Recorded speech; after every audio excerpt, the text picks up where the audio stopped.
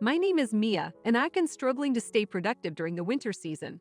At 45 years old, I've allowed my laundry to pile up for several days now. The main reason behind this is that my room is located on the fourth floor, and the thought of braving the freezing cold to hang my laundry outside has been deterring me. Even if I were to hang it inside my room, the lack of heating in the hallway makes it a chilly option. I often find myself feeling too lazy to even leave my room. It's high time I overcome my winter-induced laziness.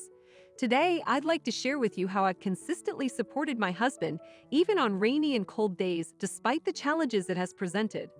I hope you'll lend an ear to my story. This all began a long time ago when I joined a theater company after graduating from a college theater group.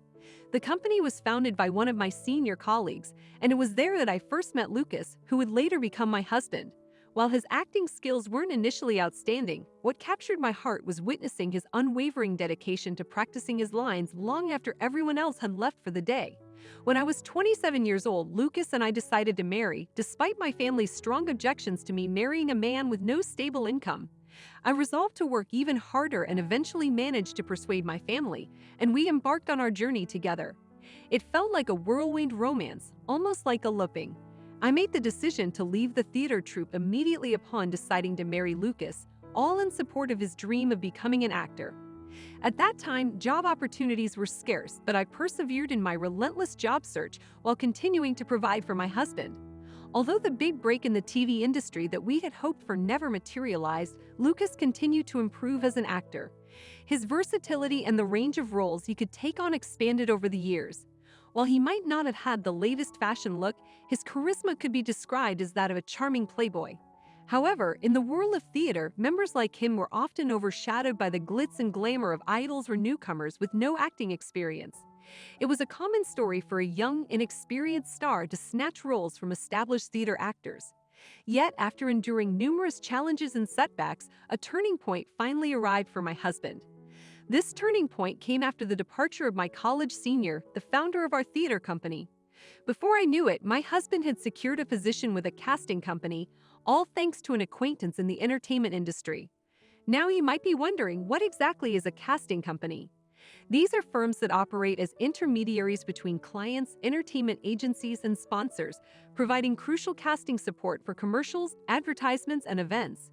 Some casting companies are even helmed by former entertainment agency managers who tap into their extensive contacts from their past roles to cast talented entertainers at a reasonable cost. In our industry, these casting companies are incredibly convenient, and naturally, the senior staff there wield considerable influence when it comes to recommending entertainers to clients and sponsors. Some of you may have already guessed, it was one of these senior employees who proposed my husband, a relative unknown, for a local commercial in our region. Given that my husband was born in that very area, there was a movement afoot to revamp commercials for a local manufacturer. The senior staff member brought up my husband's name for consideration. Since it was a local commercial, there were no competitors in sight, and my husband effortlessly clinched the role. Little did we anticipate that this would propel my husband's visibility far beyond our wildest expectations. Although the commercial initially aired in specific regions, it quickly gained traction, largely due to the local audience's familiarity with my husband's face. His radio work and other opportunities began to steadily increase, and he even began appearing in more commercials and local television programs.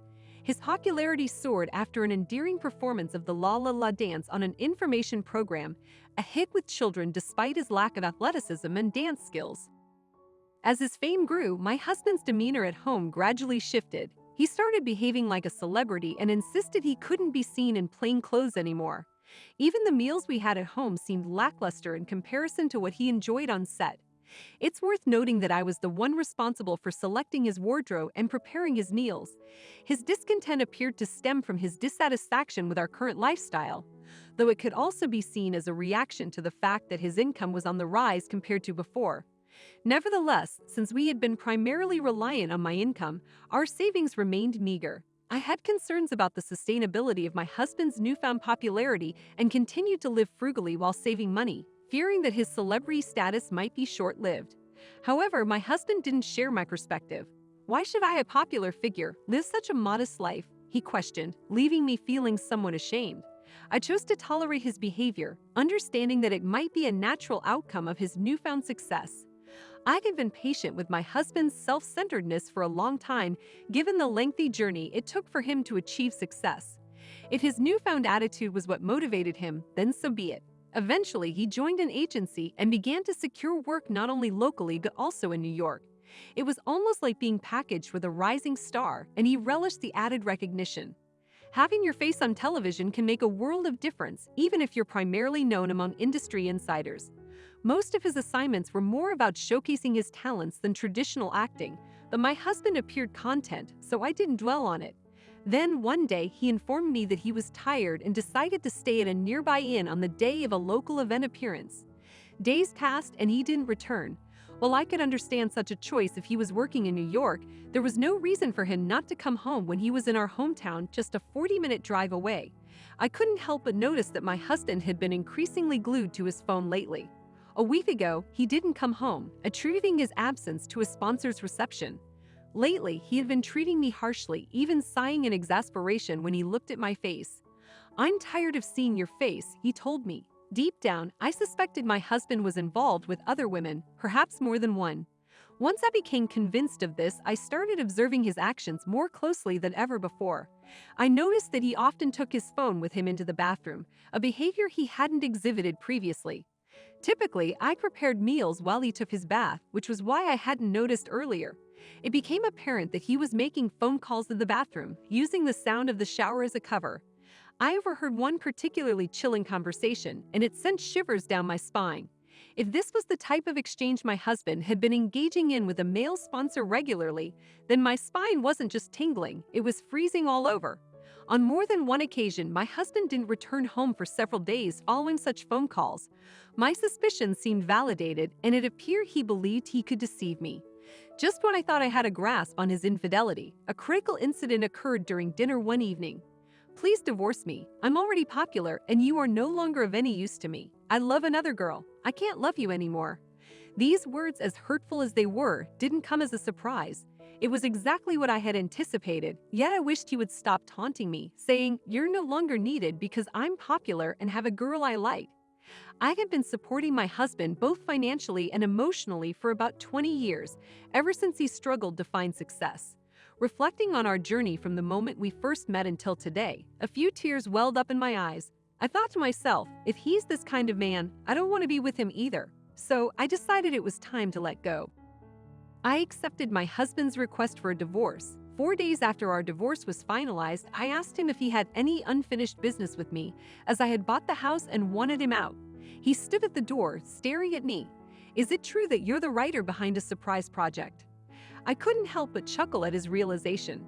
"Oh, you just found out now? Ha ha ha. Yes, all those girls you liked were part of my setup.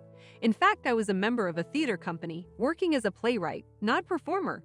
Even after getting a job, I couldn't let go of my dream of becoming a writer. I continued submitting my works to various TV program competitions. One of my university seniors, aware of my aspirations, approached me and suggested I become an apprentice to a successful writer. This established writer was involved in numerous TV programs and dramas, and at that time, he seemed unattainable. With a simple yes, I became his apprentice while continuing my job and learning the fundamentals of writing. However, the path was challenging, with numerous rejections no matter how hard I tried. It was then that this successful writer reached out to me. He proposed that I try my hand at writing for a local variety show he was too occupied to work on himself. Naturally, I accepted the opportunity. One of the programs we worked on was a surprise show aimed at fooling my husband. We arranged for aspiring graveyard idols and pseudo-celebrities to pretend to be interested in him.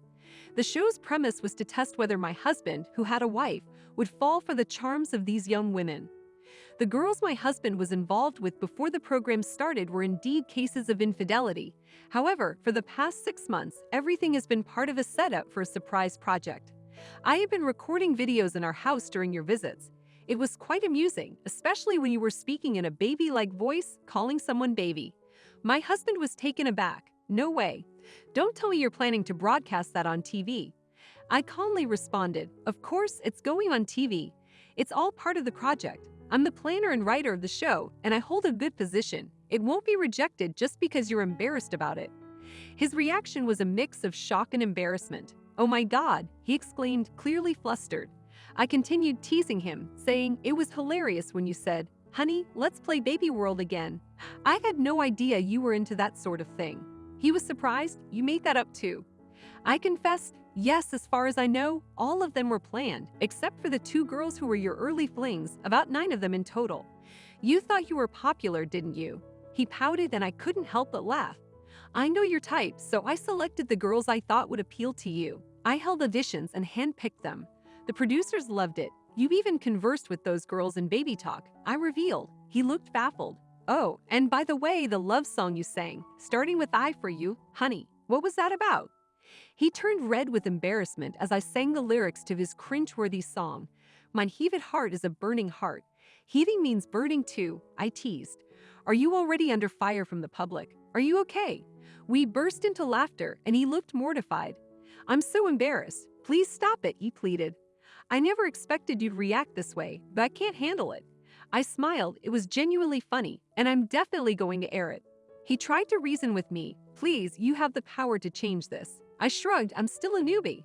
I don't have the authority to alter the show's content. But it's all in good fun, and it will make you even more popular." My husband hesitated. "No, maybe, but that, oh, but it's impossible." He was stunned by my words. "By the way, the part where you told me, 'I don't need you anymore and I want a divorce,' that's going to air too." The production team didn't like that part at all. "I'm afraid this prank show might be the last one you'll ever appear in." I couldn't help but grin, and my husband gasped for a moment before scrambling to his feet. He pleaded, "Oh please, I hope you were joking about the divorce. It was all my fault, so please edit everything." Confused, I responded, "What are you talking about? The divorce wasn't a prank. You were the one who originally proposed it." He was immensely surprised by my straightforward answer. "We were part of this prank show, so we had a script to follow. But you, the one who's genuinely surprised, didn't have a script, did you? That's the difference. You asked for a divorce, and I simply agreed. That's all there is to it." The producer was thrilled that the cheating-related show turned out to be really funny, and they're determined to air it. He stammered, "We're getting divorced too. I can't believe that you still think your acceptance of the divorce was a prank after all this time. You're an idiot." I corrected myself. "Well, you used to be my husband." "Whoops, I should say you're my ex-husband now." "Oh no, I'm sorry. Please, I'm sorry. Please reconsider." However, I remained firm. No, I'm sorry too.